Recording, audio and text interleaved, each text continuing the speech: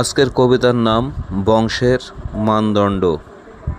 নূহ নবীর পুত্র যে ছিল তারই আপন, কুরআন জানায় সে ছিল সত্যের বিরোধী জন।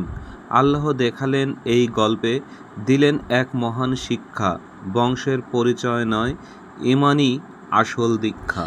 কেউ যদি বলে আমি রাসূলের বংশধর, তার কথায় ছুটো না, ধরো না তাকে নিজের নেতা।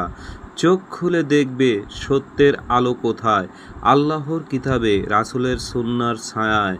নবীর পিতাও যদি আল্লাহর পথে না থাকে, কুরআনে বলে তার কথায় দূরে রাখো, তাকে ছাড়ো।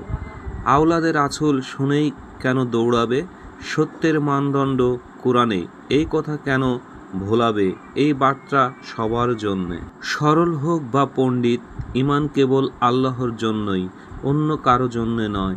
শোনো, সত্যের জন্য যদি একা দাঁড়াতে হয়, বংশ পরিচয় নয়, ঈমানই হবে পরিচয়।